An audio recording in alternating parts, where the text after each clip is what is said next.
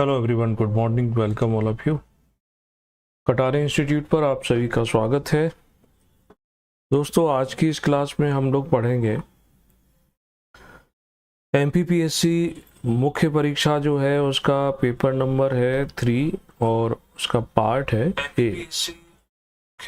Okay, audio video okay है, मैं समझता हूँ। फिर भी इन केस आपको कोई डिस्टरबेंस हो रहा हो तो मुझे कमेंट सेक्शन में आप बोल सकते हो। तो नया सिलेबस जो है, नए सिलेबस के अकॉर्डिंग हम पेपर 3A जो है उसको रेगुलर चला रहे हैं।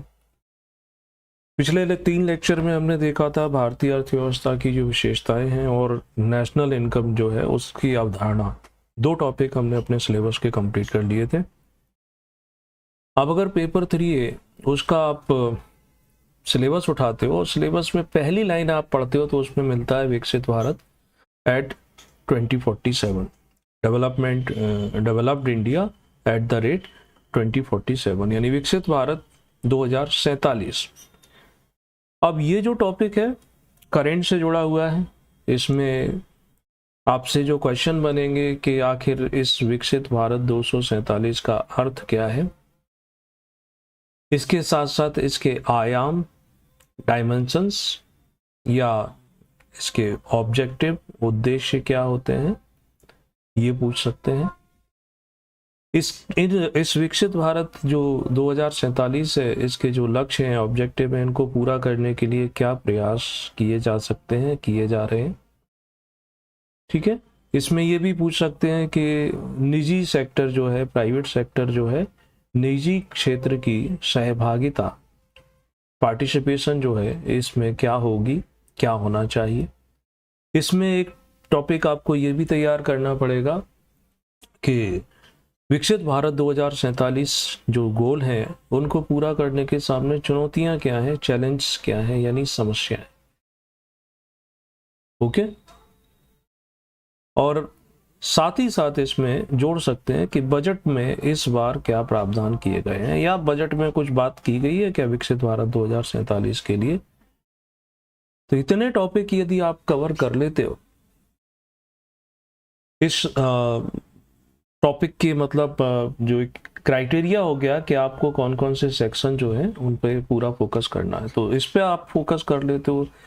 फिर क्वेश्चन किसी भी तरीके से पूछ लें, वो कितना ही घुमा फिरा के पूछ लें, मैं मान के चलूंगा कि आप उसका आंसर जो है दे पाएंगे। ठीक है, तो पेपर पेन हमेशा साथ में रखो और छोटे छोटे पॉइंट्स जो आपको समझ में आते हैं, नहीं आते हैं, उनको नोट करते जाओ। नहीं आते हैं वो साइड में नोट कर लें, जिससे आप आगे पूछ सकें फॉर फर्दर क्लासेस, मुझसे पूछ सकें या जहां भी आप क्लास करते हो वहां पूछ सकें, अपने लेवल पर सर्च कर सकें। ठीक है, तो विकसित भारत 2047 बढ़ते हैं।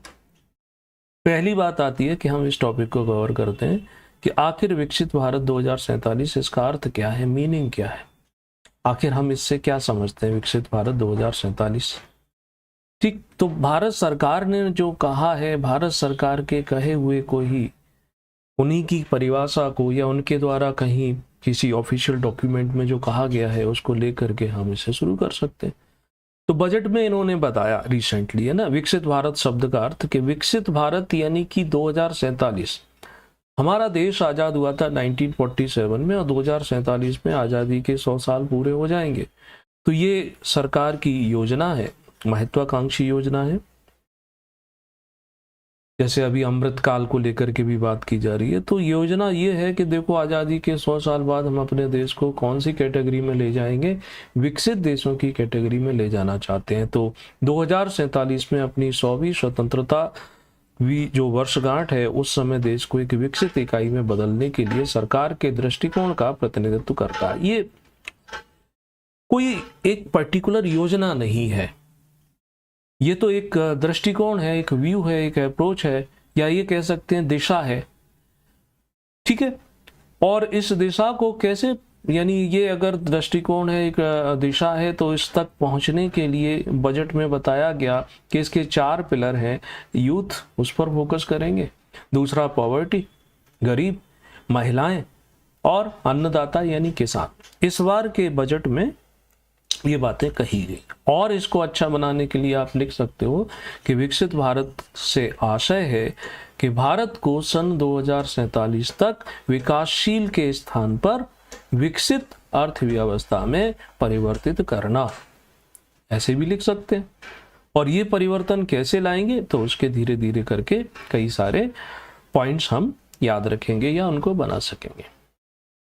ठीक, तो विकसित भारत अब जो है डेवलप्ड इंडिया है, इसके क्या टॉपिक क्या है, तो सरकार कहती है सरकार 2023 में मोदी जी ने भाषण दिया था, वहां पर ये दृष्टिकोण रखा था। इसके 5 स्पेसिफिक टॉपिक हैं, उन पर ध्यान देना है, उस पर फोकस करना है, और फिर हम उसके आगे इनके सेक्शन करके देखेंगे। तो पहला जो विषय है, पहला टॉपिक क्या रखा गया है कि सशक्त भारतीय समाज, यानी सशक्त, एम्पावर्ड। अब एम्पावर्ड कैसे होंगे, तो एम्पावर्ड तभी बन सकते हैं कि जो हमारे देश के नागरिक हैं, उन नागरिकों का स्वास्थ्य, हेल्थ अच्छी रहे, बीमारियां ना हो, कुपोषण ना हो। ठीक है, जब हेल्थ अच्छी रहेगी तो स्वाभाविक है हम अपने देश का, यानी अपनी स्किल का, अपने जो श्रम है उसका ठीक से उपयोग कर पाएंगे। तो स्वास्थ्य, शिक्षा, एजुकेशन तो नींव है, बेस है ना। नारी शक्ति, अब तालिबानी प्रशासन और भारत अन्य विकसित प्रशासनों में यही तो अंतर आता है कि समाज में बाई नेचर 50% मेल और 50% फीमेल होते हैं, तो कोई भी समाज के वर्ग को आप कम करके नहीं आंक सकते। तो नारी शक्ति यानी महिला सशक्तिकरण, उस पर भी फोकस किया जाए, उनको भी बराबर अपॉर्चुनिटी मिले। जेंडर वाइज जो डिस्क्रिमिनेशन है वो ना किया जाए। ठीक है, इसी तरीके से स्पोर्ट्स आ जाएंगे, कल्चर भी इसका एक पार्ट हो जाता है। तो इन सब चीज़ों पर फोकस करने वाली हमारी जो सोसाइटी रहे, तो एक विषय तो ये है। दूसरा है संपन्न और टिकाऊ अर्थव्यवस्था। टिकाऊ का मतलब है रिलायबल या ड्यूरेबल। ऐसा नहीं है कि शेयर बाजार में आज पता चला अगले 6 महीने तक उछाल आ रहा है और फिर 15 साल तक कुछ भी नहीं है। टिकाऊ अर्थव्यवस्था का मतलब है ये लास्ट लॉन्ग, चलने वाली। ये कैसे हो सकती है अर्थव्यवस्था, इकोनॉमी की? हमने कुछ फैक्टर देखे थे, तो इसमें जो उद्योग हैं, इंडस्ट्रीज हैं, वो वर्ल्ड लेवल की होना चाहिए।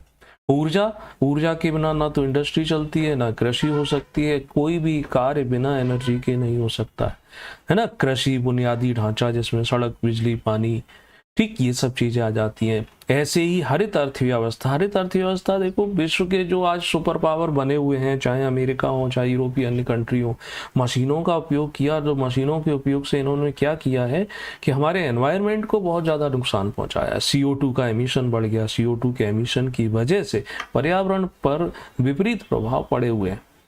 हम अब देर से कार्य कर रहे हैं, तो हमने कार्य तो किया है, तो अब हम ये ध्यान रख रहे हैं कि हमारी ग्रीन इकोनॉमी हो, यानी पर्यावरण के अनुकूल हो। अगर बिल्डिंगें भी बनाई जा रही हैं तो उसमें भी फोकस क्या किया जा रहा है कि एनवायरनमेंट फ्रेंडली चीजें हो, है ना। तो इसी तरीके से शहरों का डेवलपमेंट हो। तो दूसरी चीज आती है संपन्न, यानी एक तरफ समृद्धि भी दिखाई देगी और दूसरी तरफ क्या होगा, अर्थव्यवस्था मूव भी करेगी, लेकिन पर्यावरण की कीमत पर नहीं। पर्यावरण को बचा करके, पर्यावरण को संरक्षित करके काम करना दूसरा विषय ये हो जाता है। तीसरा आता है नवाचार। नवाचार का मतलब होता है इनोवेशन, यानी कि नए तरीके, नई पद्धति, जो अभी परंपरागत चीजों से हट करके लेकर आ रहे हो, उसको विज्ञान और प्रौद्योगिकी, साइंस एंड टेक्नोलॉजी, नवाचार, कार्य करने के नए तरीके। परंपरागत जो तरीके हैं कुछ बहुत अच्छे हैं, लेकिन कुछ जो हैं प्रोडक्शन ज़्यादा नहीं कर पाते, मेहनत ज़्यादा लगती है, यानी इनपुट ज़्यादा है, आउटपुट कम निकलता है। तो नए तरीकों का इस्तेमाल करके, साइंस और टेक का उपयोग करके, तो ये रिसर्च एंड डेवलपमेंट, जितना ज़्यादा हम खोज करेंगे, अनुसंधान करेंगे, तभी तो नई तकनीक आगे काम कर पाएगी, तभी तो नए नए प्रकार की मशीनें बना पाएंगे, है ना। स्टार्टअप, डिजिटल, इन सब का प्रयोग करना। तो ये कौन सा टॉपिक हो गया, ये तीसरा हो जाता है। चौथा आ जाता है सुशासन, गुड गवर्नेंस। अब देश में टेक्नोलॉजी भी है, सब कुछ है, उद्योग है, लेकिन आपने देखा होगा हाल ही में 2 दिन पहले लखनऊ जैसे शहर जहां बारिश में सड़क पर पानी भर जाता है और यूथ जिसे युवा वो वहां पर लोगों को पकड़ पकड़ के उस पानी में गिरा रहे हैं, ना वो ये देख रहे हैं कि महिला है, पुरुष है, वृद्ध है। तो ये क्या है? इसका मतलब है कि यहाँ सुरक्षा, सिक्योरिटी, सुशासन, गुड गवर्नेंस का मतलब हो जाता है कि किसी भी व्यक्ति के साथ न्याय मिले प्रत्येक प्रकार का। तो इस पर भी ध्यान दिया जाए। और 5वां टॉपिक इस डेवलपमेंट @ 2047 में आता है विश्व में भारत। हम कहाँ खड़े हुए हैं वर्ल्ड लेवल पर। ठीक है, अब इन्हीं को थोड़ा सा एक्सपेंड करते हैं और ज़्यादा आगे बढ़ते हैं। तो विकसित भारत के प्रमुख आयाम क्या हैं? आपसे लक्ष्य पूछ लें या इसके आयाम पूछ लें, डायमेंशंस पूछ लें कि विकसित भारत में हम कौन कौन सी चीज़ों पर फोकस करेंगे, कहाँ कहाँ हमें ध्यान देना है।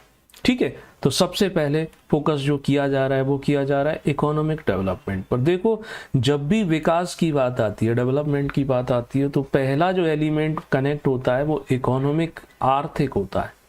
सामाजिक सेकेंडरी होगा, एनवायरमेंटल बाद में आएगा, लेकिन पहले तो आएगा तो आर्थिक ही ना। तो आर्थिक विकास के अंतर्गत हम क्या क्या चीजें, यानी इसके अंतर्गत विकसित भारत के अंतर्गत कैसे हम विश्व के विकसित देशों के बराबर पहुंच सकते हैं, अमेरिका हो, ब्रिटेन हो, फ्रांस हो। तो इसके लिए जरूरी होता है कि उच्च वृद्धि दर, high growth rate. High growth rate का मतलब ग्रोथ रेट कैसे निकालते हैं? जैसे कि फाइनेंशियल ईयर चल रहा है अभी 2024-25, है ना। तो 2023 और 24 का जो फाइनेंशियल ईयर है गुजर गया। इस फाइनेंशियल ईयर में ग्रोथ कितनी थी? यानी मान के चलो कि आप कोई 100 वस्तुओं का प्रोडक्शन कर रहे थे और पिछले वर्ष आपने 90 वस्तुओं का प्रोडक्शन किया, तो ग्रोथ रेट यहाँ पर बढ़ गई, यानी 10 वस्तुएं आपने ज्यादा बनाई। अब नेक्स्ट ईयर में आप कितना ज्यादा करोगे? 10 ही बनाओगे या 12-15 बनाओगे? तो ये जो है रफ्तार हर चीज में, यानी प्रोडक्शन में, चाहे एग्रीकल्चरल प्रोडक्शन हो, चाहे इंडस्ट्रियल प्रोडक्शन हो, हर सेक्टर में ग्रोथ होगी तभी जाकर के हम एक्सेस प्रोडक्शन कर पाएंगे, तो विश्व में भेज पाएंगे, लोगों को रोजगार दे पाएंगे, है ना। तो यहाँ पर फोकस किया जा रहा है आर्थिक विकास के रूप में कि हाईएस्ट ग्रोथ रेट रहे अर्थव्यवस्था के तीनों सेक्टर की, चाहे वो एग्रीकल्चर हो, चाहे वो इंडस्ट्री हो, चाहे वो सर्विस सेक्टर हो। दूसरा फोकस क्या है? रोजगार सृजन, एम्प्लॉयमेंट जनरेशन। बड़ी समस्या है, बड़ी चुनौती है, हर सरकारों के समक्ष ये चुनौती होती है कि रोजगार मिलेगा। रोजगार मिलने से क्या होता है कि व्यक्ति को कार्य करने के बदले में सैलरी मिलती है, और सैलरी मिलने से क्या होगा? वह अपनी जरूरत का सामान खरीदता है, अपने परिवार का भरण पोषण करता है, वो रहने के लिए घर बनाएगा, डेली यूज की चीजें खरीदेगा, कार खरीदेगा, तो वो मार्केट में सामान, गुड्स एंड सर्विसेज परचेज करता है। मार्केट में जो गुड्स एंड सर्विसेज वो परचेज करता है, उनकी सप्लाई करने वाली इंडस्ट्री में डिमांड बढ़ती है, तो वो ज्यादा प्रोडक्शन करती है, ज्यादा प्रोडक्शन करेगी तो ज्यादा लोगों को रोजगार मिलेगा ना। तो ऐसे करके रोजगार सृजन, ये भी ध्यान देने की बात है।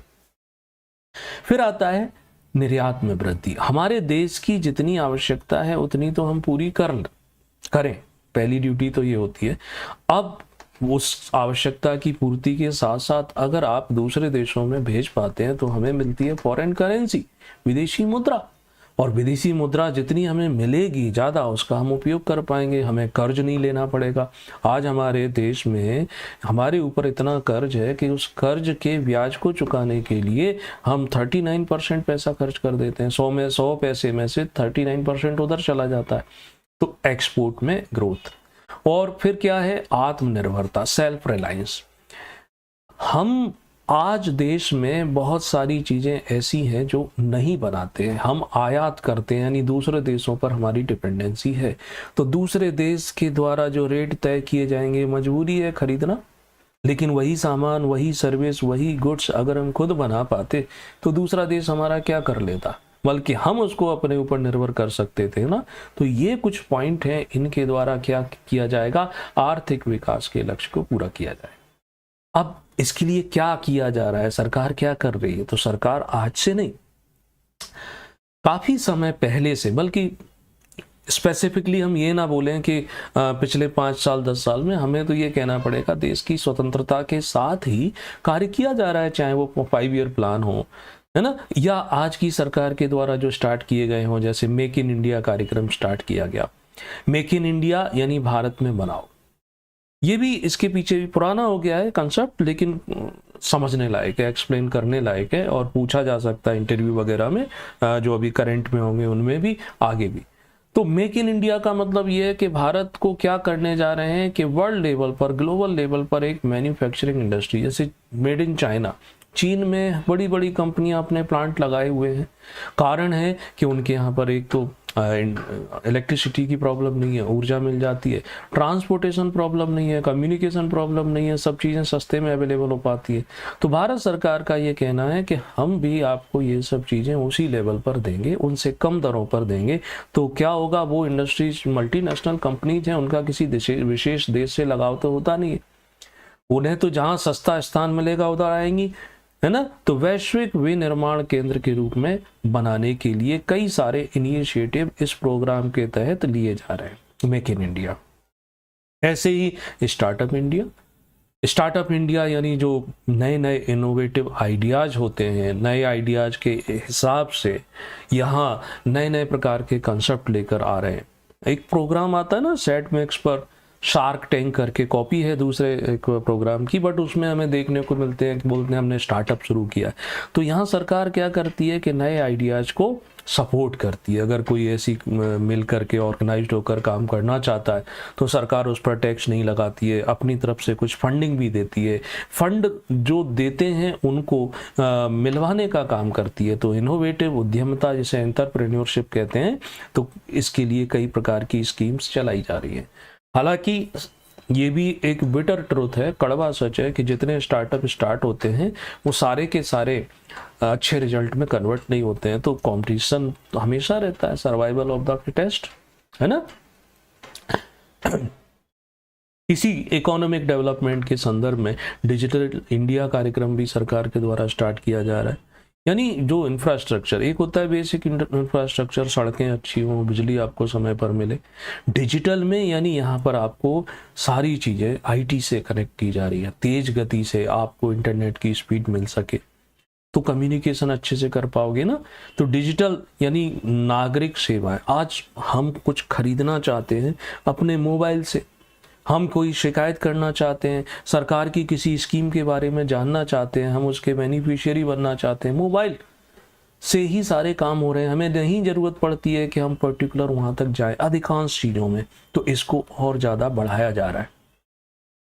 फिर आत्मनिर्भर भारत अभियान चलाया जा रहा है कोविड-19 के बाद, विशेष करके, है ना। ये सब काम किए जा रहे हैं। तो ये सारे के सारे पॉइंट आप फॉर एग्जाम्पल इसमें सेट कर सकते हो, ठीक है, इसमें कोई प्रॉब्लम नहीं होना चाहिए। चलते हैं दूसरे आयाम पर, जिसका नाम है सोशल डेवलपमेंट।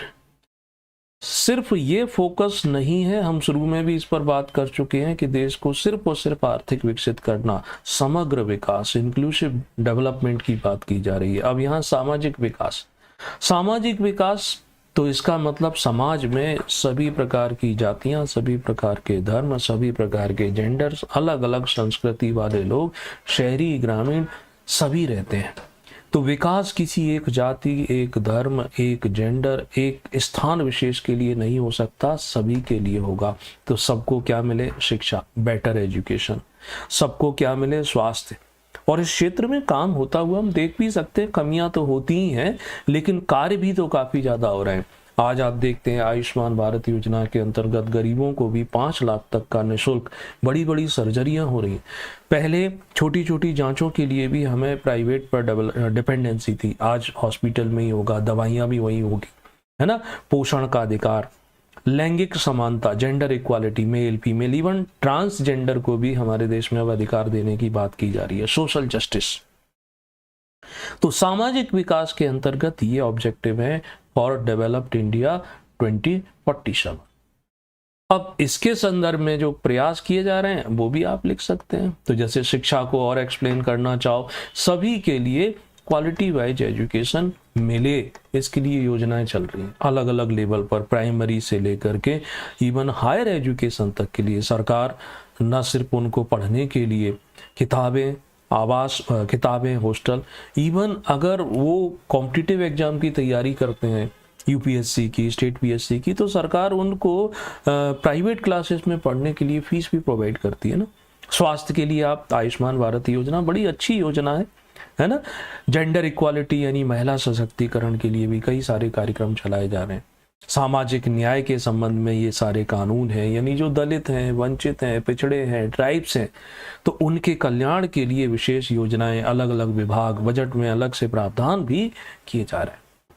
इसमें करंट से जोड़ना चाहो तो सुप्रीम कोर्ट का कल का निर्णय भी जोड़ सकते हो कि जो SC ST का जो रिजर्वेशन मिलता है उसके अंदर सब कैटेगरी, यानी जो रिजर्वेशन तो फिक्स है, अब उस रिजर्वेशन का लाभ भी सभी तक नहीं पहुंचा है, उसमें भी जो ज़्यादा अच्छा है जो वो तो लाभ ले रहा है और जो पिछड़ा हुआ है तो नहीं, तो वो भी एक तरीके से अब उन तक पहुंचने का काम करेगा। दूसरा आयाम हो गया। तीसरा है जिसे हम बोलते हैं तकनीकी विकास। तकनीकी विकास अर्थ से भी समझ सकते हो, तकनीक जितनी अच्छी होगी, तकनीक का मतलब होता है ये हमारे कार्य को सरल कर देती है, सिंप्लीफाइड कर देती है, समय की बचत करती है, पैसे की बचत करती है, श्रम की बचत करती है ना। तो ये कैसे होगा? जब आप पुरानी तकनीक को अपग्रेड कर लेंगे। तो डिजिटल इंडिया, इसका प्रयोग करते हुए, नई तकनीकों का उपयोग करते हुए विकास को बढ़ावा देना। मान लो आज जैसे भारत में क्या होता है, वोटिंग होती है, विश्व का सबसे बड़ा लोकतंत्र है और उसका चुनाव अभी अभी लोकसभा का हुआ था। पहले बैलेट पेपर से वोटिंग होती थी, अब बैलेट पेपर की छपाई करना, फिर उन सबको उसमें डालना, फिर उनकी इवन सिंपल सा कंसेप्ट है, काउंटिंग में ही 4 से 5 दिन लगते थे, तब जाके रिजल्ट निकलता था। दूरदर्शन पर ऐसा नहीं था कि कंटिन्यूस, जैसे आज के चैनल देखे हो ना, वो सुबह अपनी काउंटिंग शुरू कर देते हैं, 12-1 बजे तक खत्म कर देते हैं। पहले 4-5 दिन लगातार चलती थी, तो बीच में बुलेटिन आएगा 15 मिनट का, उसमें बताया जाएगा कि ये लीड लिए, फिर बाकी समय क्या करेंगे, तो बाकी समय वो मूवी कास्ट करते थे। अब तकनीक का प्रयोग हुआ, ईवीएम का प्रयोग हुआ। ईवीएम में सारा सब कुछ कैलकुलेटेड ही है ऑलरेडी कि किस कैंडिडेट को कितने वोट मिले, किसको नहीं मिले। तो तकनीक का प्रयोग हर सेक्टर में करके हम अपने देश के विकास को आगे बढ़ाएंगे, है ना। तो डिजिटल तकनीक आज के संबंध में AI का भी आप बहुत ज्यादा जोर शोर से नाम सुन रहे हैं, आर्टिफिशियल इंटेलिजेंस, कृत्रिम बुद्धिमत्ता। हर सेक्टर में कई बार फैशन चलता है, उतनी यूटिलिटी होती है कि नहीं होती है, लेकिन फैशन स्वरूप भी चीजें सामने दिखाई देने लगती है। हम पढ़ते हैं ना कि अब AI के प्रयोग से हम अपने कार्यों को बेहतर कर सकते। AI, मेरा पर्सनल मानना ये है कि कुछ सेक्टर में ये आपको हेल्प कर सकता है, कुछ सेक्टर में, मगर ह्यूमन को रिप्लेस तो नहीं कर सकता। कुछ सेक्टर में इसके जो बल्कि हेल्प लेने से सही कार्य ना हो करके गलत कार्य हो जाते, बट फिर भी कुछ सेक्टर में थे ये काम कर ही रहा है। और आगे जैसे जैसे मॉडिफिकेशन होगा, जैसे जैसे यूसेज बढ़ेगा, तो तेजी और आएगी, उसके बेनिफिट भी मिलेंगे, है ना। ऐसी डेटा साइंस हो गया, डेटा साइंस का उपयोग विभिन्न सेक्टर में किया जाता है। डेटा आंकड़े जुटा लें, जैसे गरीबी के जुटा लो, कुपोषित के जुटा लो, महिलाओं की शिक्षा के जुटा लो, यानी अब तो उसके हिसाब से परियोजनाएं बनाई जाएंगी कि ये स्कीम चलाई गई थी, इतने साल तक चली, इतना फंड आया, इतने लोग इसमें रखे गए थे, मगर उनको लाभ मिला कि नहीं मिला, तो उसका एनालिसिस करते हैं, फिर उस स्कीम में बदलाव किया जाएगा। इसी तरीके से ब्लॉकचेन टेक्निक होती है, इसका भी प्रयोग अलग अलग जगह किया जा रहा है। तो ये सब डेवलप्ड नेशन की ओर बढ़ने वाले काम है। फिर आता है कि ये सब आपने आर्थिक विकास कर लिया, सोशल डेवलपमेंट, तीसरा आपने पढ़ लिया डिजिटल यानी तकनीक का विकास, मगर पर्यावरण संरक्षण भी तो इसका एक इम्पोर्टेंट एस्पेक्ट है। पर्यावरण संरक्षण ये तो बहुत जरूरी है, अनिवार्य है ना। तो वो जो अनिवार्यता है उसको संबंध में, तो यहाँ ये कहा जा रहा है कि पर्यावरण संरक्षण, हम जो भी काम करेंगे, जो भी अपने गोल विकसित बनाना है, लेकिन वहाँ एनवायरनमेंट की कीमत पर नहीं बनाएंगे, एनवायरनमेंट को प्रोटेक्ट करते हुए बनाएंगे। ठीक है, तो इसके लिए क्या, इसके लिए भी कई स्कीम चलाई जा रही हैं, जैसे स्वच्छ भारत अभियान। कुछ ऐसे कार्य जो हैं पिछले कुछ सालों में हमें जरूर देखने को मिले जो आजादी के बाद से नहीं हुए थे। हो सकता है आपका इस सरकार से सहमति ना हो, आप इस सरकार के विरोधी हो सकते हैं, और वो कोई मैटर नहीं, लेकिन कुछ कार्य ऐसे हुए हैं जो आज से पहले नहीं हुए थे। जैसे हम अगर स्वास्थ्य को ही देख लें, 5 लाख तक का इलाज निःशुल्क होना बड़ी बात है। आयुष्मान भारत कार्ड बने हुए हैं ना, स्वच्छ भारत अभियान चलाया गया पूरे देश में, हमने देखा स्वच्छता ढेर लगे रहते थे कई से। हालांकि मैं तो जैसे इंदौर में हूँ, ये तो भारत के क्लीनेस्ट सिटी में आता है, लेकिन फिर भी हम अलग अलग जगह देखते हैं कि म्यूनसिपैलिटीज, पंचायतों के द्वारा भी कचरा न सिर्फ इकट्ठा किया जाता है, सेग्रेशन का काम किया जाता है, लोगों की आदतों में भी सुधार हुआ है। ठीक है, 100% नहीं तो मैं कहता हूं चलो 25% तो मिला, तब भी एक बड़ा अचीवमेंट माना जाएगा कि भारत जैसे देश में 25% लोग साफ सफाई स्वच्छता के प्रति जागरूक हुए, है ना। ऐसी नवीकरणीय ऊर्जा, यानी कि ऊर्जा के जो परंपरागत साधन है जैसे कोयला है, इससे क्या होता है कि वायुमंडल को नुकसान होता है, CO2 का एमिशन होता है, और लिमिटेड भी है। अभी आप अब देखते हैं कि सरकार कई सारी स्कीम लेकर आ रही है। सोलर जो प्लांट है वो विशेष तौर पर इन पर फोकस किया जा रहा है ना। PM हर घर बिजली योजना, इवन किसानों के लिए भी जो पंप लगाए जाते थे, पहले पूरी तरीके से निर्भरता होती थी उनकी किस पर, बिजली पर, अब वो सोलर से चल रहे हैं। तो इससे पर्यावरण को बहुत मिनिमम, यानी उसको इग्नोर भी कर सकते हैं, कोई विशेष नुकसान नहीं हो रहा है एज कंपेरेटिवली जो ट्रेडिशनल तरीके थे। तो पर्यावरण, सरकारें वृक्षारोपण के कार्यक्रम भी चला रही हैं। अभी इंदौर में 51 लाख जो पौधे थे उनके रोपण का कार्यक्रम भी स्टार्ट किया गया। अभी यूपी में भी चलाया जा रहा है, एक वृक्ष अपनी माँ के नाम से MP में भी चलाया गया। तो ये सब चीज़ें अच्छी बताई जा रही है ना, यानी हम जो भी काम करेंगे, बिल्डिंगें बनाई जा रही हैं, बिल्डिंगें हरित बिल्डिंग, यानी कम से कम वहाँ पर हमें इलेक्ट्रिसिटी का उपयोग करना पड़े, नेचुरल लाइट के द्वारा ही वो सब काम चल जाए। तो पर्यावरण संरक्षण। नेक्स्ट आता है सुशासन या शासन। सुशासन लिख लेंगे, इसको ज़्यादा अच्छा रहेगा। गुड गवर्नेंस की बात करते हैं, ये भी इसका एक पार्ट है। आखिर अल्टीमेटली कोई भी सरकार जो लोकतंत्रात्मक है, उसकी पहली जवाबदेही, पहली जिम्मेदारी जनता के प्रति है, क्योंकि जनता का जनता के लिए, जनता द्वारा शासन। लोकतंत्र है, डेमोक्रेसी है, तो डेमोक्रेटिक सरकारों की ड्यूटी होती है कि अपने नागरिकों के हित में कार्य करे, और ये तभी संभव है जब सरकार कैसी हो, ट्रांसपेरेंट हो, पारदर्शी हो, नीति बनाने से लेकर नीति के क्रियान्वयन तक वो उसके एक एक स्टेप बिल्कुल ट्रांसपेरेंट हो कि क्यों बनाई गई है ये पता होना चाहिए, किसको जिम्मेदारी दी जा रही है, आधार क्या है, और जवाब दे, अकाउंटेबिलिटी तय की जाए कि अगर ये कार्य, जैसे बिहार में कई सारे पुल ढह गए, तो अकाउंटेबिलिटी किसकी है भाई? आपने इतना फंड लिया, जनता के टैक्स से इतना आया, और वो कैसे चले गए? किसी की तो जिम्मेदारी बनाना चाहिए। जब कोई अकाउंटेबल होगा तो भ्रष्टाचार नहीं होगा, करप्शन नहीं होगा, और जहां अकाउंटेबिलिटी नहीं है वहां तो कुछ भी होगा। तो ऐसा शासन, ऐसी गवर्नेंस जहां ट्रांसपेरेंसी हो। ट्रांसपेरेंसी के लिए हमने देखा RTI आया, सूचना का अधिकार आया, ठीक है, जन सहभागिता को बढ़ावा देने की बात की जा रही है, और अकाउंटेबिलिटी होगी, जवाबदेही होगी, ठीक, भ्रष्टाचार मुक्त भारत बनाना। ये कई बार ऐसा लगता है कि ये स्लोगन ज़्यादा है और ऑन ग्राउंड ऐसा कुछ नहीं हो रहा। ठीक है, इसके पीछे भी कहीं ना कहीं हम जिम्मेदार सिर्फ राजनेताओं को बता देते हैं, लेकिन मेरा अपना मानना है कि राजनेताओं से कहीं ज़्यादा पब्लिक इसके लिए रेस्पॉन्सिबल है। पब्लिक चाहती है कि मेरा कार्य दूसरे से पहले हो जाए, इसके लिए अगर मुझे कुछ एक्स्ट्रा देना पड़े, खर्च करना पड़े, तो आई एम रेडी। जब तक ये सोच दूर नहीं होगी तब तक सामने वाला करप्शन फ्री तो नहीं होगा। लेकिन हम क्या पढ़ रहे हैं? विकसित भारत एट 2047, ठीक है, तो ये इसमें है। अब इसको कैसे पूरा करेंगे? अब देखो, सरकार की योजनाएं आती हैं, योजनाओं का क्या कर दिया गया है, डिजिटल इंडिया या पोर्टल बना दिए गए। पोर्टल में डॉक्यूमेंट होंगे, उसमें कोई हेरफेर नहीं कर पाएगा, सभी को लाभ मिलेगा। नहीं, जीडीपी में ग्रोथ ज़्यादा होती है। जीडीपी मतलब एक तरीके से इनकम ज़्यादा होती है, तो इनकम ज़्यादा होने से क्या होगा सर, और ज़्यादा अच्छी योजनाएं बनाई जा सकती हैं, ज़्यादा विकास किया जा सकता है। तो और भी आपके मन में कुछ नए पॉइंट हो उनको जोड़ सकते हैं, है ना। नेक्स्ट इसी में जोड़ सकते हैं सांस्कृतिक संरक्षण, कल्चरल प्रोटेक्शन। ये बहुत जरूरी होता है सांस्कृतिक संरक्षण।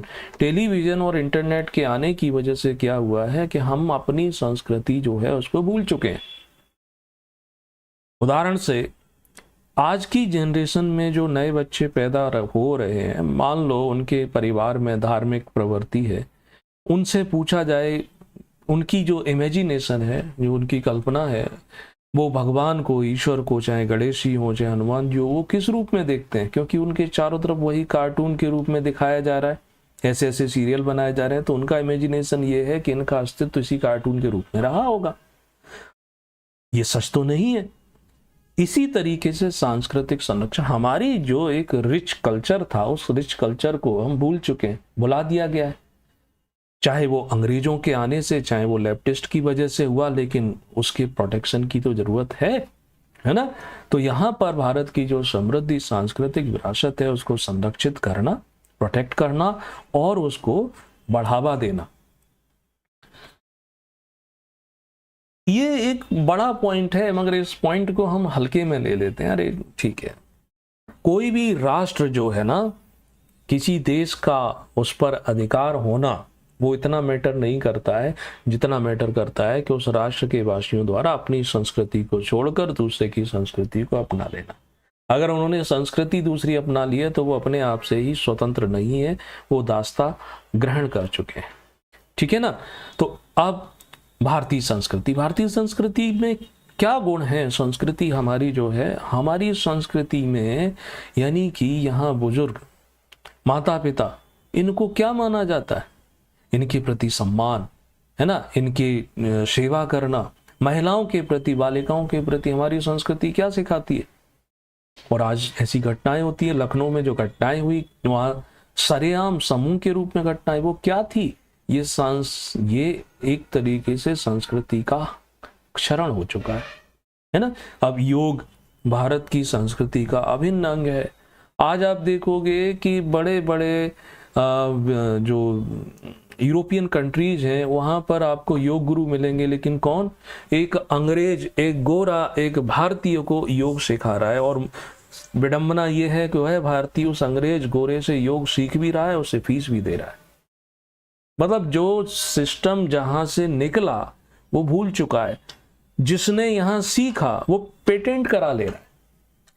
तो ये कई सारी चीजें हैं। सांस्कृतिक संरक्षण धरोहर के लिए हम समय समय पर उत्सव मनाते हैं, त्योहार मनाते हैं, कला वीथिकाएं लगाई जाती हैं, म्यूजियम बनाए जाते हैं जिनसे लोगों को परिचित किया जाता है। त्योहार जो रहते हैं वो भी तो सांस्कृतिक संरक्षण को बढ़ाने की चीजें हैं ना। अब अंतर्राष्ट्रीय योग दिवस भारत को एक नई पहचान देता है, 21 जून को मनाया जाता है। भारत सरकार ने इसके लिए इनिशिएट लिया, यूएन के द्वारा माना गया, आज पूरे विश्व में अब ये वर्ल्ड लेवल पे पता तो चलता है, ठीक है। ये पॉइंट हो गए कि विकसित भारत के संदर्भ में क्या आयाम थे, क्या लक्ष्य थे। अब आते हैं कि भारत इस विकसित भारत के लक्ष्यों को पूरा करने के लिए क्या क्या कार्य कर रहा है, कौन कौन से प्रयास कर रहा है। तो इसके लिए कोई पर्टिकुलर एक कार्यक्रम नहीं है, ना ही कोई पर्टिकुलर एक व्यक्ति की जिम्मेदारी है, एक किसी मिनिस्ट्री की जिम्मेदारी है। समग्र रूप से चूंकि इसके लक्ष्य डाइवर्सिफाइड हैं, तो उस डाइवर्सिफाइड प्रोग्राम को पूरा करने के लिए अलग अलग कार्यक्रम चलाए जा रहे हैं। जैसे मेक इन इंडिया कार्यक्रम जो हमने पहले ही बोला था, ये भारत को ग्लोबल मैन्युफैक्चरिंग हब के रूप में डेवलप करने की ओर कार्य कर रहा है। स्टार्टअप इंडिया भारतीय लोगों को अवसर दे रहा है कि टेक्नोलॉजी का प्रयोग करके आप अपने इनोवेटिव नए आइडियाज का प्रयोग करके अपने देश को, समाज को विकसित बनाएं, विकास की ओर लेकर चलें।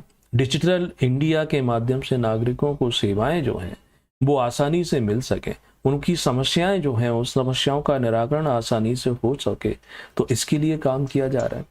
स्वच्छ भारत अभियान चलाया गया, ठीक है, स्वच्छता के प्रति आयुष्मान भारत अभियान जो चल रहा है, स्किल डेवलपमेंट स्कीम चलाई गई, देश की सबसे बड़ी समस्या कह लो वो है पॉपुलेशन, आबादी।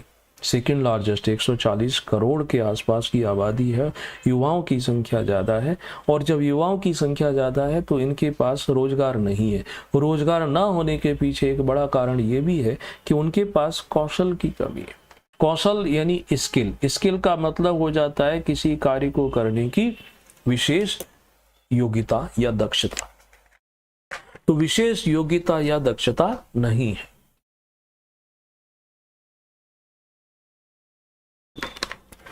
अगर उस व्यक्ति को किसी कार्य विशेष के करने में दक्ष बना दें, स्किल्ड बना दें, फिर तो रोजगार मिल जाएगा। एक व्यक्ति पढ़ा लिखा है, ठीक है, 10वीं पास है, अब उस व्यक्ति को वेल्डिंग का काम सिखा दें, इलेक्ट्रीशियन का काम सिखा दें, प्लम्बर का काम सिखा दें, तो क्या वह अपना परिवार का, स्वयं का भरण पोषण नहीं कर सकता? आज आप देखो, आपके घरों में जरूरत पड़ती है इलेक्ट्रीशियन की, प्लम्बर की, वेल्डर की, तो क्या आपके ऑन कॉल तुरंत आ जाता है? हमें वेटिंग क्यों? स्किल की कमी है। तो स्किल डेवलपमेंट, युवाओं को जब स्किल्ड मिलेगी तो वो रोजगार कर पाएंगे।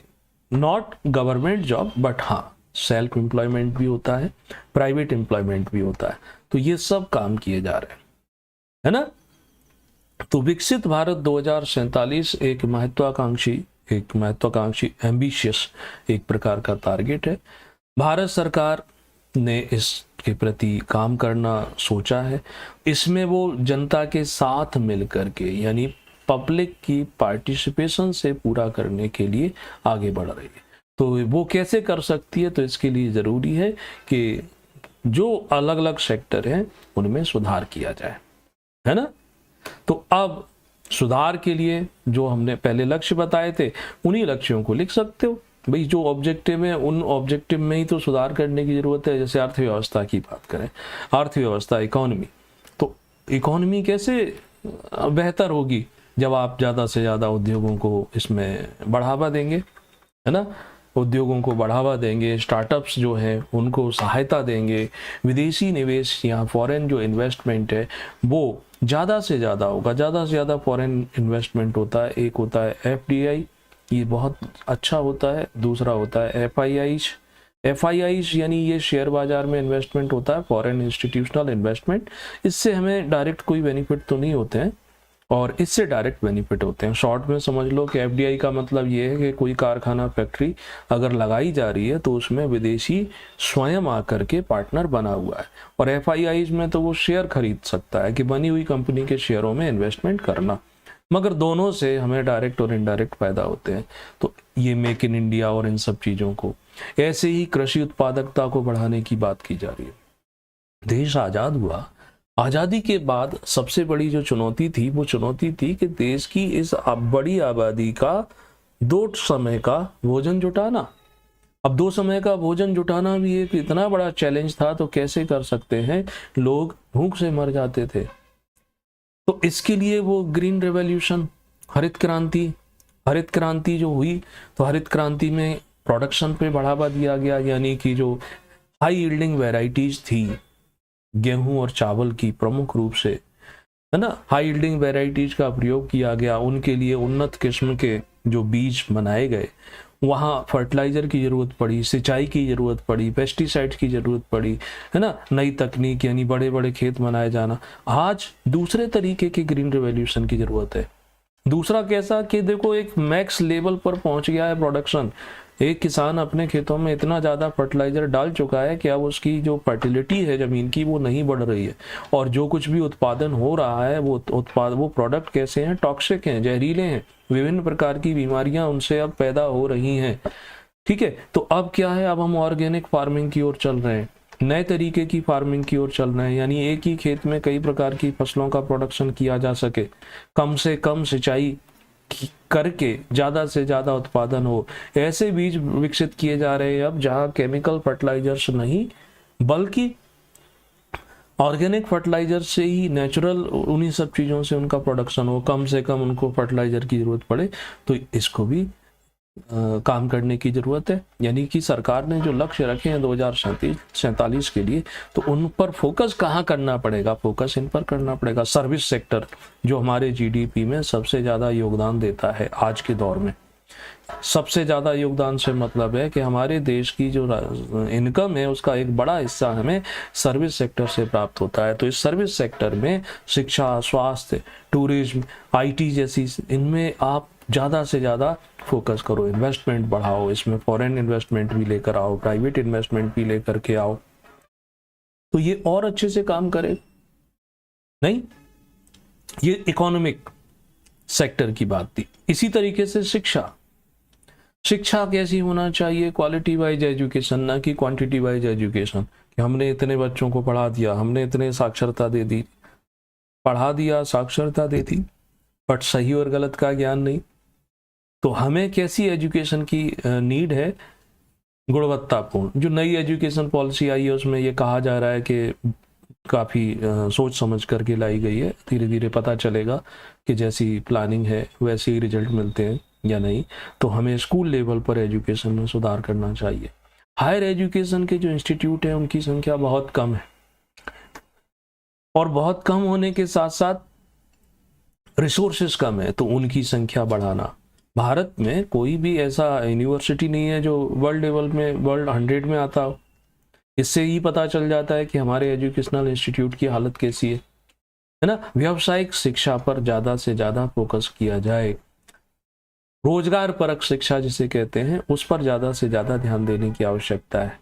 तो इससे व्यक्ति जो है वो ये ना कह पाए कि मैं तो पढ़ा लिखा हूँ मगर बेरोजगार हूँ। क्यों? क्योंकि आज उसको जो शिक्षा मिली है वो व्यावसायिक शिक्षा नहीं है अधिकांश लोगों को, है ना। डिजिटल एजुकेशन, ऑनलाइन शिक्षा की ओर बढ़ावा, मेरा और आपका जो कम्युनिकेशन हो रहा है एक तरीके से इसी के द्वारा हो रहा है, ठीक है।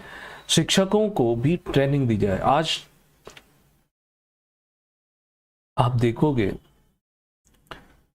एक घटना से कनेक्ट करने की कोशिश करते हैं। दिल्ली में दुर्भाग्यपूर्ण एक घटना हुई थी कि एक इंस्टीट्यूट के बेसमेंट में पानी भर जाने से 3 IAS एस्पिरेंट्स की असामयिक दुर्भाग्यपूर्ण मौत हो गई। मैं भी UPSC की जब प्रिपरेशन कर रहा था, मैं भी गया था दिल्ली में, 3-4 साल रहा।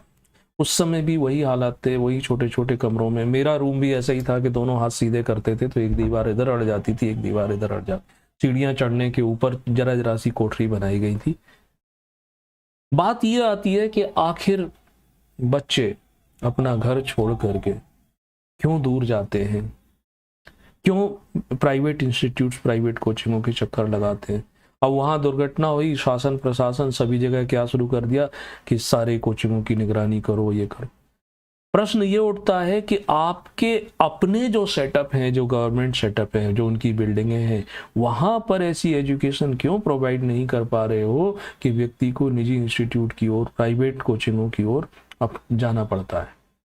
क्यों? क्योंकि आपके पास उस तरीके का उतने अच्छे टीचर ही अवेलेबल नहीं है तो आप उनको काम नहीं दे पा रहे हो, और दूसरी बात सरकारी है तो काम नहीं करना चाह रहा है। दोनों चीजें। प्राइवेट इंस्टीट्यूट मिनिमम रिसोर्सेज में मैक्सिमम आउटपुट देने की कोशिश करता है, तो ये सरकार की ड्यूटी नहीं बनती कि जो आप कॉलेज में 3 साल की डिग्री दे रहे हो, आखिर UPSC PSC में मिनिमम क्वालिफिकेशन है क्या? ग्रेजुएशन, और सिलेबस भी क्या है? वही ग्रेजुएशन का। तो वो उस समय आपने इतना अच्छे से क्यों नहीं तैयार करवाया उसको कि उसे इस तरफ जाना पड़ता है। तो शिक्षकों के प्रशिक्षण की भी आवश्यकता है। अब प्रशिक्षण के लिए क्या हो? डिग्री, B.Ed की डिग्री, लोग डिग्री लेके रखे हैं। पढ़ाना भी एक आर्ट होता है ना, तो वो बहुत जरूरी है। खाना पूर्ति होती रहती है, पेपर वर्क होता रहता है कि हाँ हमारा ट्रेनिंग पीरियड था, हमने पूरा कर लिया। ट्रेंड हुए कि नहीं हुए ये किसी को नहीं पता, है ना। तो शिक्षकों को नियमित रूप से प्रशिक्षित करना, उन्हें बेहतर वेतन मिले, सुविधाएं उन्हें अच्छी मिले, तो वो भी मेहनत करेंगे।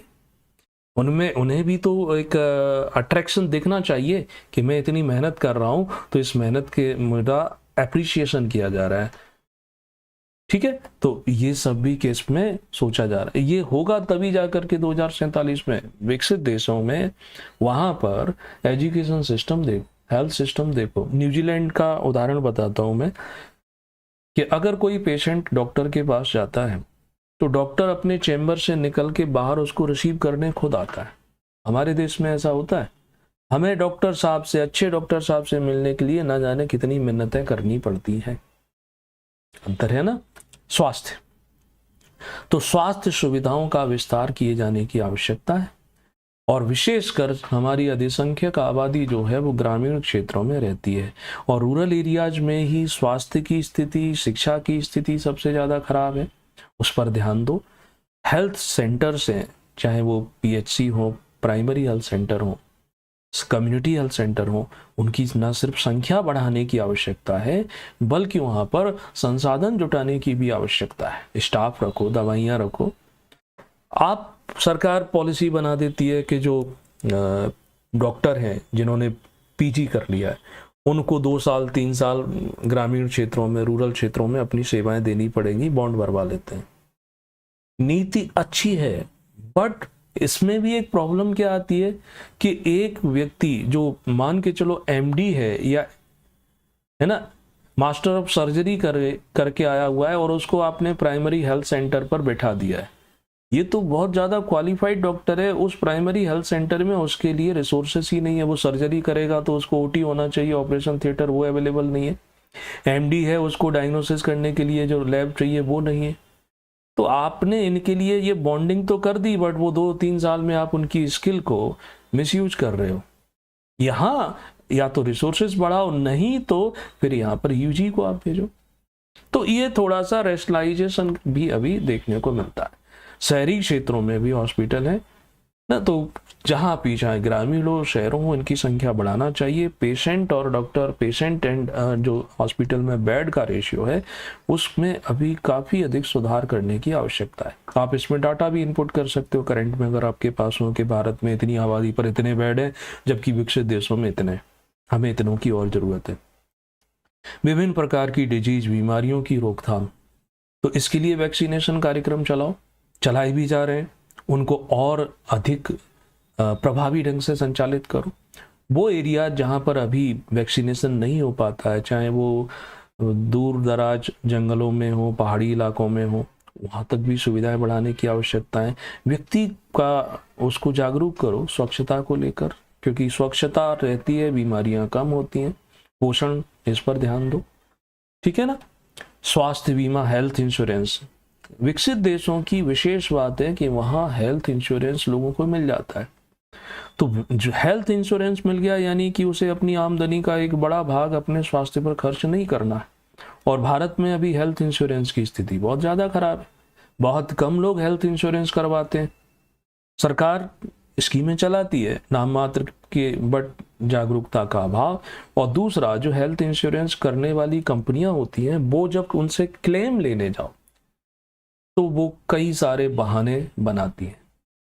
इसके लिए फिर कोर्ट केसेस करो। तो सरकार को इस पर ध्यान देने की, सतत ध्यान देने की आवश्यकता है। विभिन्न प्रकार की बीमा योजनाएं चलाई जाती हैं, तो जो ऐसी गंभीर बीमारियां हैं जिनके इलाज पर अधिक खर्च होता है, व्यक्ति के पास वो सब खर्च नहीं है, तो वो उस खर्च की भरपाई कर सके, तो जिससे उसकी अपनी इनकम बचे कि दूसरे सेक्टर में लगा पाएगा। फिर आता है आधारभूत ढांचा, बेसिक इंफ्रास्ट्रक्चर कहते हैं इसे, फंडामेंटल स्ट्रक्चर कह सकते हैं। सड़क, बिजली, ट्रांसपोर्टेशन है ना, ये अच्छा होगा। ये अच्छा होगा तो इससे क्या होगा, और ये मॉडर्न तरीके का होगा तो कनेक्टिविटी बढ़ेगी द्रुत गति से, यानी एक्सप्रेस वे में सेवाएं मिलेंगी, वस्तुएं मिलेंगी। यही तो पहचान होती है। अगर आपको एक रास्ता ट्रेवल करने में 2 दिन का समय लगता है और अगर वो 4 घंटे में हो जाए तो समय बचेगा, धन बचेगा, ऊर्जा बचेगी, है ना। नवीकरणीय, रिन्यूएबल एनर्जी रिसोर्सेज के प्रयोग को बढ़ावा दिया जाए। एनर्जी एफिशिएंसी, एफिशिएंसी का मतलब होता है आपके कार्य करने की दक्षता, यानी 100 में से आप पूरा 100 लेकर आ रहे हो, तो इसका मतलब आपकी दक्षता 1 है। कोई व्यक्ति 10 किलोमीटर दौड़ सकता है और वह सिर्फ 5 किलोमीटर रन करता है, तो इसका मतलब है उसकी एफिशिएंसी 50% है। इसको 10 पे आने की जरूरत है ना। जल संसाधन, वाटर रिसोर्सेस, ये भी सीमित है, तो इनके संरक्षण की जरूरत है। इसके लिए मैनेजमेंट करना पड़ेगा, इस पर ध्यान देंगे तब लोगों को शुद्ध पीने का पानी, उद्योगों को पानी, इंडस्ट्री बिना पानी के तो चलती ही नहीं है ना। इन सब पर भी ध्यान देने की आवश्यकता है। अगला पॉइंट आता है भारत 2047 के संबंध में सामाजिक न्याय। जो हम पहले पढ़े थे इसका ये ब्रॉड रूप में एक्सप्लेनेशन है। तो सोशल जस्टिस कैसे आएगा, सामाजिक न्याय कैसे आएगा? समाज के प्रत्येक वर्ग के बीच में सभी प्रकार का भेदभाव समाप्त होगा। जैसे एक आता है पॉवर्टी एलिवेशन, गरीबी उन्मूलन। गरीबी उन्मूलन देश की आज़ादी के बाद से चल रहा है। कई सरकारें इसके नारे लगा लगा कर सत्ता में आती हैं, चली जाती हैं और फिर सत्ता में आना चाहती हैं इसी गरीबी और गरीबी हटाओ के चक्कर में। तो गरीबी को दूर करने के लिए जो कार्यक्रम चलाए जा रहे हैं उन कार्यक्रमों को और ज़्यादा प्रभावी रूप से बनाने की आवश्यकता है। अभी प्रधानमंत्री जी ने कहा था कि भारत में 20 करोड़ लोग जो हैं वो गरीबी की रेखा से बाहर आ चुके हैं और इसके लिए एक इंटरनेशनल एजेंसी ने भी डाटा दिए थे। अच्छी बात है, ये बड़ी अच्छी बात है कि गरीबी से बाहर आ चुके हैं। बाहर कोई गरीब होना ही नहीं चाहिए, हकीकत तो ये है। उसको इतना एम्पावर बना दो, कुछ बेसिक चीज़ें सरकार के द्वारा मुफ्त में मिल जाना, जो गरीब है उसको भोजन मिल जाए, उसको स्वास्थ्य मिल जाए, बाकी चीज़ें उसको फिर जुटाने दो, आवास जुटाने दो। अच्छा अगर वो खाना पीना चाहता है तो उसके हिसाब से उसे काम करने दो। जेंडर इक्वालिटी हमारे देश में विसंगति है अभी मेल और फीमेल के बीच में। हम ऐसे दृश्य देखते हैं तो विचलित होना चाहिए और विचलित होते भी हैं, जहाँ सड़क पर महिलाओं को मारा जाता है सरेआम और कोई बचाने नहीं आता है, उनके साथ छेड़छाड़ की घटनाएं होती हैं। इवन प्राइवेट सेक्टर तो भूल जाओ, सरकारी सार्वजनिक सेक्टर में भी आज विभागों में भेदभाव होता है, महिलाओं के साथ ऐसी घटनाएं होती हैं। एक महिला अधिकारी बड़ी है और उसी के समकक्ष यदि पुरुष है तो पुरुष उसको इंफीरियरिटी की देखता है। वह अपनी योग्यता पर एक अच्छे पद पर बैठ जाती है तो दूसरे व्यक्ति को लगता है कि नहीं, ये कैसे यहाँ हो सकती है। तो इन सब पर भी ध्यान देने की आवश्यकता है। जेंडर डिस्क्रिमिनेशन पूर्ण तरीके से खत्म होना चाहिए, तो देश का काफी हद तक जो प्रॉब्लम है वो ऐसे ही समाप्त हो जाएगी। डिप्राइव क्लासेस यानी वो समूह जो कैसा है, सुविधाओं से वंचित है, चाहे सुविधाओं से वंचित होने चाहे SC हो, चाहे ST हो, चाहे वो अदर बैकवर्ड क्लासेस हो, तो उनके उत्थान के लिए जो कार्यक्रम चलाए जा रहे हैं, कार्यक्रम तो चला ही जा रहे हैं, तो उन कार्यक्रमों को और प्रभावी बनाने की, उनको टारगेट रिजल्ट ओरिएंटेड बनाने की, परिणाम आधारित बनाने की आवश्यकता है। गुड गवर्नेंस, सुशासन के संबंध में भ्रष्टाचार मुक्त भारत होना चाहिए। गुड गवर्नेंस तो वही होती है ना। तो भ्रष्टाचार मुक्त के लिए क्या किया जा रहा है? कई सारी एजेंसी बनाई जा रही है। पुलिस भ्रष्टाचार मुक्त के लिए CBI, CID, ED, अभी लोकपाल, विभागों में बनी हुई कमेटीज। तो भ्रष्टाचार मुक्त भारत थियोरेटिकली तो हमें अच्छा ही बोलना पड़ेगा, व्यवहार में तो ऐसा लगता है कि जो भी नई एजेंसी बनाई जाती है वो भ्रष्टाचार में लगाम लगाने के स्थान पर उसको प्रश्रय देने का, आश्रय देने का काम करने लगती है। पारदर्शिता बढ़ाने की आवश्यकता है। पारदर्शिता को लेकर के बड़ी विचित्र स्थिति बनी हुई है। मैं एग्जाम्पल देता हूँ। 2013 MPPSC जो है अप्रैल 15 में हुई थी मुख्य परीक्षा, मैं उसमें अपीयर हुआ था। मैंने आयोग में RTI लगाया कि मुझे मेरी चेक्ड की हुई कॉपी दिखा दी जाए, और 2016 का भी मेंस होने वाला था। मेरा मेंस क्लियर नहीं हुआ था, इन्होंने कॉपी दिखाने से मना कर दिया, इंटरव्यू उस समय हुए नहीं थे, ठीक है। लेकिन अगर ये मुझे दिखा देते तो मैं अपनी कॉपी चेक देख करके पता कर पाता ना कि मेरे क्वेश्चन आंसर कहाँ गलत हुए, इम्प्रूव कर पाता। भाई आपने वैल्यूएशन किया तभी तो समझ में आता। रिजल्ट आने के बाद फिर इन्होंने मुझे वो कॉपियाँ प्रोवाइड कराई, तब हार्ड कॉपी मिलती थी। कॉपी देखने के बाद पता चला उसमें इतनी गलत वैल्यूएशन की गई।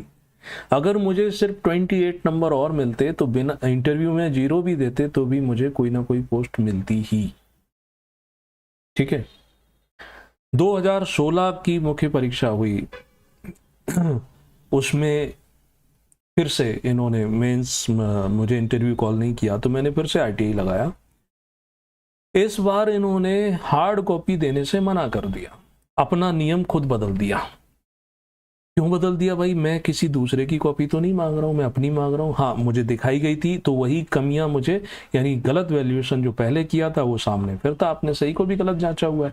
हार्ड कॉपी आप दे नहीं रहे हो, देते तो हम कोर्ट चले जाते।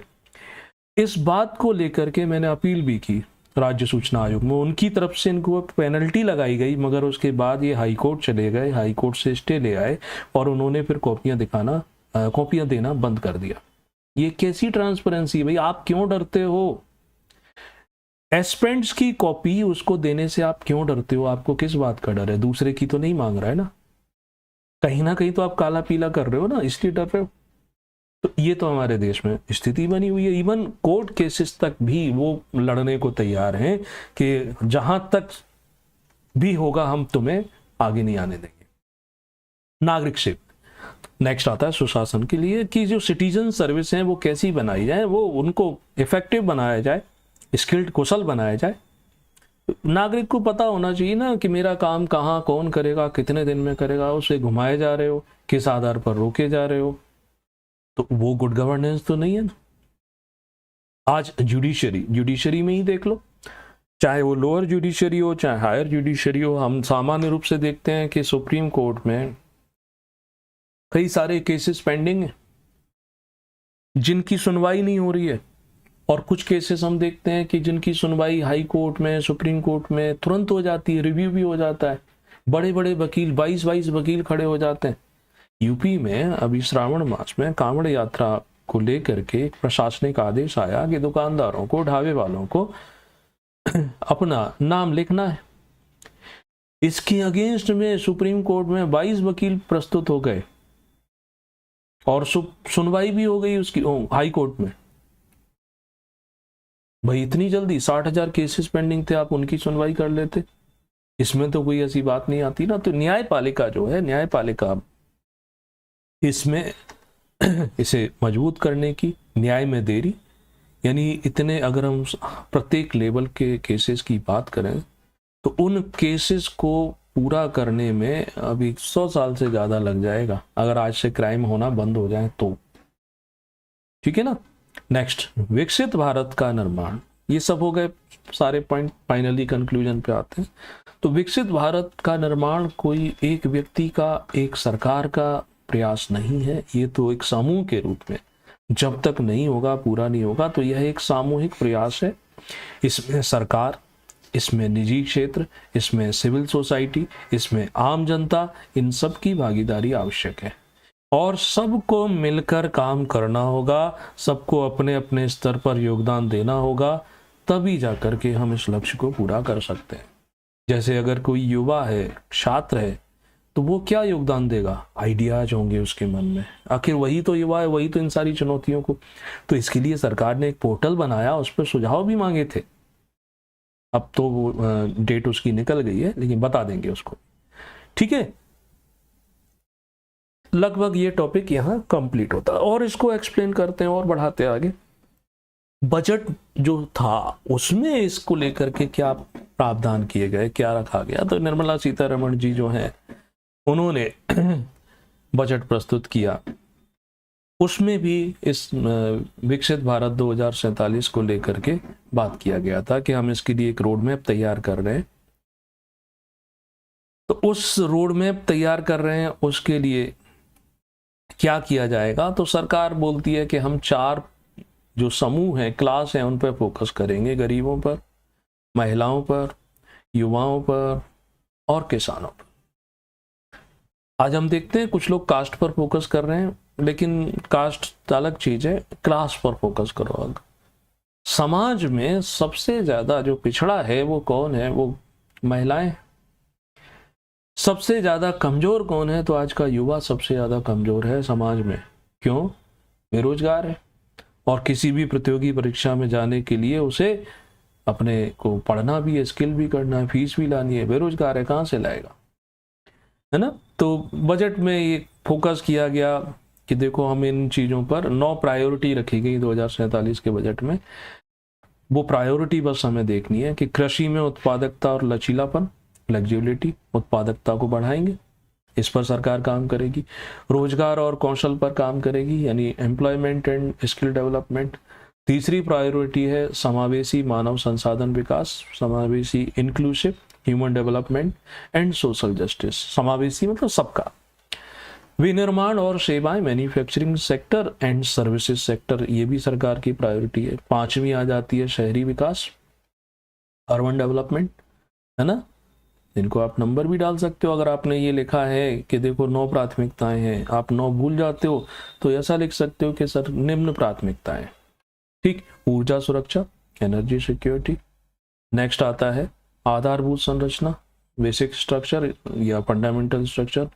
8वां आता है नवाचार यानी innovative ideas, research and development. And 9th है अगली पीढ़ी के सुधार, नेक्स्ट जनरेशन रिफॉर्म्स।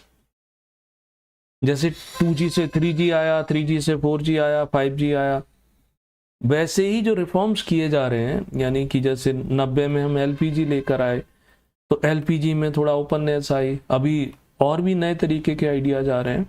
तो ये बजट में सरकार के द्वारा ध्यान रखा गया।